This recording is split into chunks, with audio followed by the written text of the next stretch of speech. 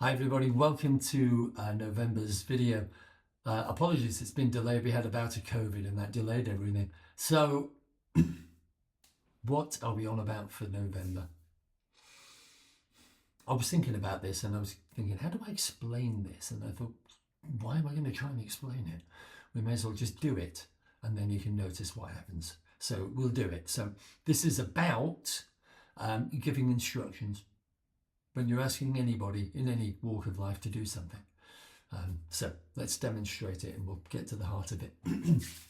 Here's my first example.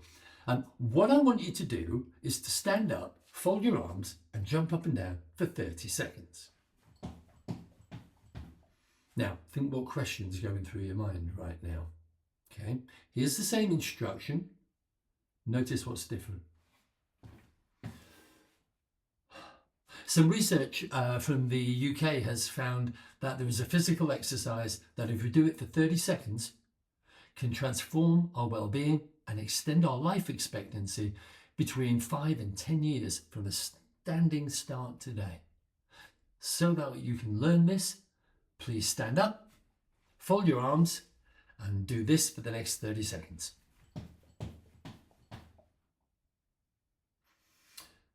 Notice what's different between the two instructions. Think of the first one. What I want you to do is stand up, jump up and down for 30 seconds. Research from UK, blah, blah, blah. By the way, this isn't true, so please do not fold your arms, stand up and pogo around your office or wherever you happen to be. It was just made up for the purpose of the video. So, notice what happened in the instruction. Our brain appears to be wired to just keep us alive. It's kind of its operating system is to keep us alive. And one of the outcomes of that is that it's looking for meaning. It's looking for meaning all of the time. It's looking for the why. It's looking for purpose. How do we help provide purpose? Well, notice in the second instruction, we explored this, which is a phrase that was originally coined by an educational psychologist, I think a lady called Bobby DePorter in the 90s, WIIFM, or what's in it for me. Now, for some of you, you may go, that's a bit selfish, but what it means is, what is the purpose of it that motivates me? So it might be that I'm a servant leader, I'm in it for my team. Then here's the technique that can help you to serve your team better. Right, that's a what's in it for me. So even though you may be what they often call others referenced rather than self-referenced, there's always a what's in it for me. So we explore that. Application is the process that, can you do it? Can you stand up, fold your arms and do this for 30 seconds, even though it's made up? Relevance, is this relevant to me in my personal or professional life or both? And if it has, then it's now meaningful. If it isn't, it's meaningless. So the technique, there's language that sits around it. So you'll notice in the first instruction, and this is one of the most common phrases you'll hear from a trainer, what I want you to do next is, what's the purpose? What's the reason? Why are we doing it? What's in it for me? How does this now become meaningful? Or is my job in this training program to do what you tell me? We don't consciously think that, but our energy, enthusiasm and motivation tends to diminish and drop if all we're doing is what I want you to do next is, and what I want you to do next is. Notice from the second instruction, it had a purpose. Now, in this version, what I'm doing on this, obviously, I'm guessing maybe people would like to live longer and increase their well-being. It's a universal benefit. Obviously, if I'm running a training program, I've already identified the benefits of why we're here from the audience.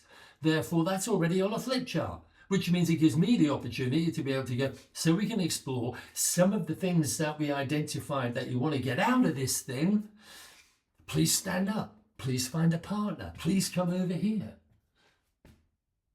That way we reduce that level of resistance. Why? Because we know in the psychology of change, we move away from discomfort towards comfort, and we have to get over the resistance. And how does that happen? Again, psychology tells us that it's benefit that creates change. If the benefit is greater than our resistance. I've said this to you before on previous videos. but it's inherent in the instruction. So when we put the why before the instruction, people feel more willing to do that. You can do that in an email. So that I can do X, Y, and Z, or we can achieve A, B, and C.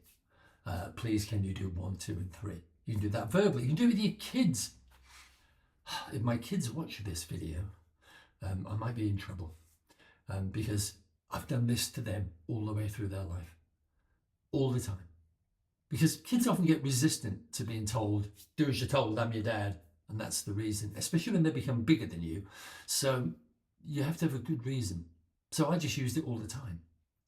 So if I want the kids to tidy the room because it looks like somebody threw, a bag of clothes in the middle of the floor and didn't use the wardrobe that I built for them from IKEA, then how do I do that? Well, that's where the ethics of this comes in.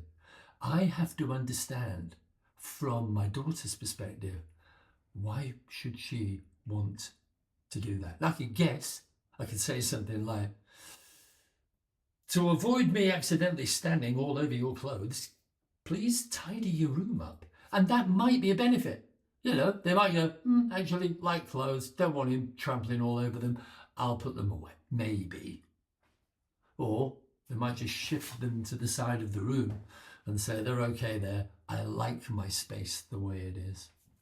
So our job as a leader is to listen and understand what's in it for them from their frame of reference, not from the organization or from my frame of reference. So there's a built-in level of ethics in there.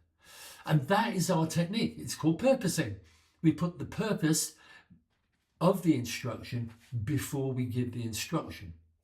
Most people aren't even aware that we're doing it, but it has a very powerful effect on the way that they respond. Don't believe a word of anything that I've just said. Try it. Try it on your friends. Try it on your family. Try it on your co-workers. And once you've got the pattern of it, and the phrases that are often used are things like, so that we can, in order to, or if you want to abbreviate it right down, the word to. To make sure that we avoid X, Y, and Z, can you all please do A, B, and C by Friday? On the assumption that it meets the criteria of benefit and they have the resources to do it and therefore it's relevant, it will become meaningful. And if that is the case, then you will get a lot more responses. The alternative, of course, is to go back to good old carrot and stick. Do that or you'll get this. The challenge with that is, if you don't give them the perfect instructions of what that is, you might not necessarily get what you are hoping for. So if we want to intrinsically motivate rather than extrinsically, because I'm your dad, your boss, or whatever, then we figure out what the benefit is. And then we always make sure that when we're asking people to do anything, that's at the heart of the instruction. Simple process. Linguistically takes a bit of practice, hence why practice on your friends, family, etc. And then break out into the workplace. Use it on emails, use it on phone calls, use it in training programs as a leader, use it with your teams. Notice the difference because it can make a powerful one. And that's it. That's November's. So I hope that it was useful. In December, I don't know. We'll see. Depends what you tell me. If there's anything in particular that you're interested in exploring. If not, then I'll figure something out. It might be about all this online stuff, because here we are online with me trying to recreate something that's a bit like a classroom scenario. How can we get all of this wonderful computer-based learning to stick? How do we do that? How do we get people motivated to make the change? Some of it might have something to do with this, but we're going to formalize it, I think, in a process in December. So thank you very much for your attention, and I'll see you in December at some point, probably earlier next month than this one. Okay, take it easy. See you soon. Bye now.